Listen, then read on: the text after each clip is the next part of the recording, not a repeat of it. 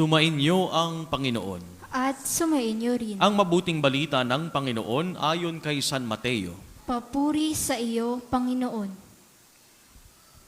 Noong panahong iyon, sinabi ni Jesus sa kanyang mga alagad, "Narinig ninyo na noong unay iniutos sa mga tao, huwag kang makikiapid. Ngunit ngayon sinasabi ko sa inyo, ang sino mang tumingin ng may mahalay na pagnanasa sa isang babae, sa isip niya'y nakiapid na siya sa babaeng iyon. Kung ang mata mo ang siyang nagiging sanhi ng iyong pagkakasala, dukutin mo at itapon, sapagkat mabuti pang mawalan ka ng isang bahagi ng katawan kaysa buo ang iyong katawang itapon sa impyerno. Kung ang iyong kamay ay siyang nagiging sanhi ng iyong pagkakasala, putulin mo at itapon. Mabuti pang mawalan ka ng isang bahagi ng katawan kaysa buo ang iyong katawang itapon sa impyerno."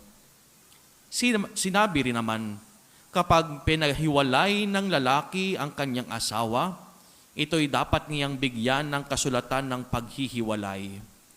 Ngunit ngayon sinasabi ko sa inyo, kapag pinahiwalay ng isang lalaki ang kanyang asawa nang hindi naman ito nangangalunya, at ito'y nag-asawang muli, ang lalaking ito'y nagkasala, itinulak niya ang kanyang asawa sa pangangalunya. At sino mang mag-asawa sa babaeng hiniwalayan ay nangangalunya. Ang mabuting balita ng Panginoon. Pinupuri ka namin, Panginoong Hesukristo. Isang magandang gabi po sa ating lahat, mga kapatid ko kay Kristo. Ito po ang unang beses na ako po'y makatungtong dito sa inyong mumunting parokya pero napakagandang simbahan, no? At sabi nga kapag maganda ang simbahan, magaganda rin daw at mga gwapo ang mga parokyano. Totoo ba yon? Tingnan nyo nga nyo mga katabi. Gwapo ba yan? Maganda ba yan? Sabi sa ating gospel ngayon, huwag kayong titingin ng may paghahalay o masamang intensyon sa inyong kapwa. Kasi yan ay pangangalunya na. Nako, napakalaking issue po ngayon ang pangangalunya, no? Ang paghihiwalayan. No? Alam niyo ang nangyayari ngayon sa ating lipunan. Nandiyan na yung tinatawag na Absolute Divorce Bill. Naipasa na sa Kongreso at ngayon nasa Senado na ang bola kung ito ba'y papayagan. Pero alam po ninyo, ang ating Panginoong Hesukristo mismo ang nagsabi na kapag hiniwalayan ng lalaki ang kanyang asawang babae, ito ay nangangalunya na.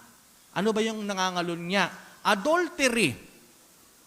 At isa ang adultery sa mga kasalanan, no, na ipinagbabawal ng Diyos. Sa 10 utos ng Diyos, nandoon yung huwag kang mangangalunya at huwag mong pagnanasaan ang hindi mo asawa. Hindi lamang isang utos ng Diyos ang nagbabawal sa pangangalunya, 2. No? Yung paggawa at yung pag-iisip, no? The action and the intention. Kahit hindi mo hinihiwalayan ang iyong asawa, pero kung ikaw ay pinagnanasaan mo ang iba, ikaw ay nangangalunya na. Pinag-iisipan mo pa lang, ito ay nagkakaroon ka na ng pagkakasala. Kaya may tuturing na ang diborsyo, ang paghihiwalayan, ang kasalanang ito ay isang sakit sa lipunan. Di po ba ang sakit ay minsay nakamamatay? No? Ang sakit ay nakapaghihiwalay, no? Nagpapalayo sa ating mga mahal sa buhay. Kapag tayo ay may sakit, lalo na kung ito'y nakakahawa, tayo ay inilalayo para hindi tayo makahawa. Ganon din po ang diborsyo. Ganon din po ang paghihiwalayan ng mag-asawa. Ito ay isang sakit na sumisira sa pundasyon ng isang pamilya. At kapag nasira na ang pamilya, di ba ang pamilya ang itinuturing na smallest cell of the society? Para bagang isang bahay. Ang pamilya ang pundasyon ng isang bahay. Ang pamilya ang pundasyon ng isang building. Kung gusto po nating sirain ang isang building, anong gusto nating gawin? Sirain ang bubong? Tanggalin ang pintuan? Hindi. Kung gusto nating mabilis na masira ang isang gusali, sirain natin ang pundasyon. No? Yun agad ang sirain, yung pundasyon. Kung ang pamilya ang pundasyon ng isang lipunan, kung gusto nating masira ang lipunan, sirain mo ang pamilya. Sigurado, guguho din ang lipunan. Kaya maituturing itong isang sakit. Sakit sa lipunan o sakit ng lipunan na kapag ito ay lumala, masisira din ang lipunan. Kaya dapat tayong maging mapagmatsyag. Huwag lang tayong sabi, oo, sabi kasi ng ibang bansa, legal na ang divorce. O maganda nga yun, pwede mo nang paltan yung asawa mo. Pag sawa ka na, hiwalayan mo. Hindi po ganun yun. Ang diborsyo po ay labag sa utos ng Diyos. At ito ay isang malaking kasalanan na maaring sumira sa ating lipunan. Habang ako po'y nagninilay sa atin pong ebanghelyo ngayon, sabi ko, paano ko ito maiiugnay sa tema na ibinigay sa akin ngayon? Di ba ito po ang ikalawang araw ng ating Badal na Triduo? Bago po natin iluklok ang relic ni San Nicolas de Tolentino. Ako'y nagdarasal. Ano ang koneksyon ng ebanghelyo ngayon sa ating tema? Ang ating pong tema sa ikalawang araw ng ating banal na Triduo ay San Nicolas de Tolentino, tagapangalaga ng mga may sakit. At yun ang koneksyon. Kung ang diborsyo, ang paghihiwalayan, ang pangangalon niya ay isang sakit, kailangan natin ng tulong mula kay San Nicolas de Tolentino. Kanina po, bago mag-start ang misa, tinanong ko po si Brother Ken at si Brother Enrico, ano po ang koneksyon ni San Nicolas sa soledad? Bakit magkakaroon ng enthronement o magkakaroon ng pagluluklok ng isang relic ni San Nicolas? Eh hindi naman ito parokya ni San Nicolas. Yun pala, ang distritong ito ay distrito ni San Nicolas, o San Nicolas District. At yung distritong ito ay hindi lamang po basta isang ecclesiastical district, kundi civil district. No? Ang inyo mismong city council ang nagtalaga sa distritong ito at ipangalang kay San Nicolas. Kaya nararapat din, bilang patron ng ating distrito, ay iluklok natin ang patron ng mga tagapangalaga ng may sakit. Nakikita po natin ang napakaraming mga tarpaulin dito, no? Iba't ibang mga titulo o pagiging patron ni San Nicolas. Si San Nicolas de Tolentino po ay kinikilala bilang patron ng mga kaluluwa sa purgatorio. Pero patron din po siya ng mga may karamdaman. Bakit po siya tinuring na patron ng mga may sakit? Nung po siya'y nabubuhay pa, si San Nicolas de Tolentino po ay isang napakapayak na paring Agustino. At siya po'y lagi nagfa-fasting. No? Minsan lamang po siya kumain sa isang araw dahil iyon po ang kanyang pag-aayuno para siya ay makontrol niya ang kanyang sarili. No? Yung mga desires, yung mga hindi kanais-nais na kaaya-aya sa mata ng Diyos. Ang kanyang self-control ay idinadaan niya sa fasting. At minsan nga, dahil po sa kanyang too much fasting, no? Sobrang pag-aayuno, siya po ay nagkasakit. No? Nagkasakit si Nicolas, no? At natatakot na yung kanyang prior, yung kanyang superior sa kumbento nila, pati yung mga kasamahan niya kasi grabe na yung karamdaman niya, nanghihina na si San Nicolas. Pero ayaw pa rin niyang kumain ng karne. No? Ayaw niyang kumain ng karne.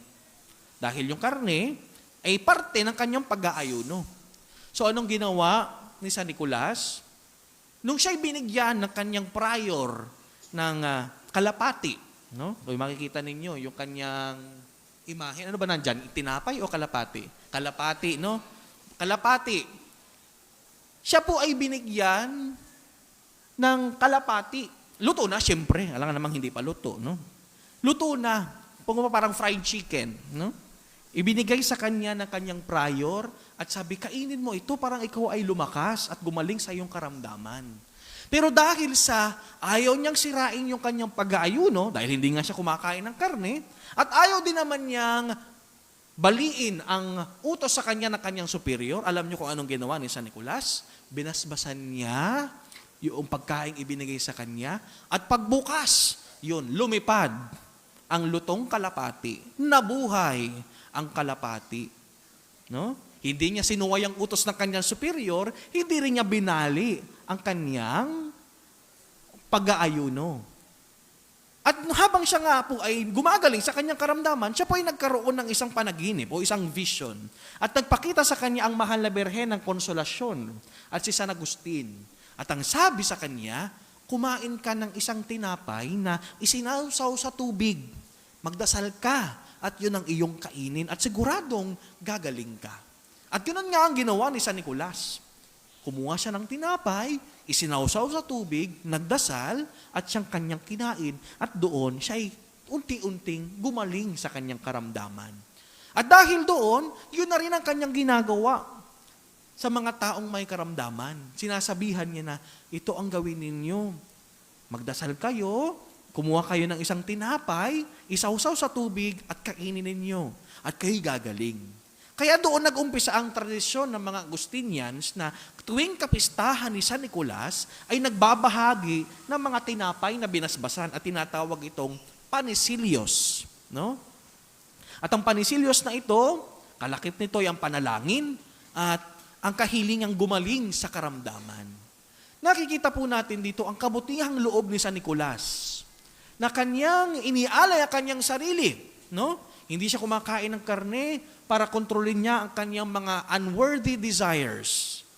Hindi rin niya sinuway ang utos ng kanyang superior at higit sa lahat, hindi niya sinusuway ang utos ng Diyos. At dahil doon, siya ay nagagawa niyang magpagaling ng mga may sakit at nagagawa niyang tumulong sa iba kahit na siya ay nanghihina o kahit siya ay walang-wala. Sa kalagayan po ng ating lipunan ngayon, na dumarami na ang karamdaman, hindi lamang ng physical sickness, nandiyan na yung mga financial sickness. No? Napakasakit ng financial sickness, yung butas ang bulsa mo. Naku, napakasakit niyan. No? Yung emotional sickness, psychological sickness, at hindi lang doon, even spiritual sickness, kailangan natin ng isang patnubay. Kailangan natin ng isang gabay para tayo ay gumaling sa mga karamdaman ng ating lipunan. Ang karamdaman ng paghihiwalay, ng diborsyo at pangangalunya, ito'y magagawa lang nating gumaling sa karamdamang ito kung tayo ay hindi bibitaw sa Diyos, katulad ng ginawa ni San Nicolas de Tolentino. Sa kanyang pag-aalay ng kanyang buhay, hindi siya bumitaw sa Diyos at ang Diyos ang gumawa ng paraan para siya ay gumaling. Ganon din po ang gawin natin mga kapatid ko kay Kristo. Huwag tayong bibitaw sa Diyos. Huwag tayong bibitaw sa awa at biyaya mula sa Panginoon. At magagawa nating umahon at gumaling sa mga karamdamang ito kung tayo ay nagtitiwala at naniniwala sa Diyos. At kung totoo tayong naniniwala at nagtitiwala sa Diyos, dapat nakikita rin yan sa ating buhay. Dapat nakikita yan sa ating pagkilos, sa ating pagsasalita, sa ating gawa at sa kung paano tayo makitungo sa iba. Kung ito'y labag sa utos ng Diyos, huwag nating gawin. Kung ito'y hindi kaaya-aya sa mata ng Diyos, huwag nating gawin. Bagkus, patibayin natin ang ating pananampalataya sa Diyos at tayo'y makipag-ugnayan sa ating kapwa, lalo na sa ating mga kapamilya.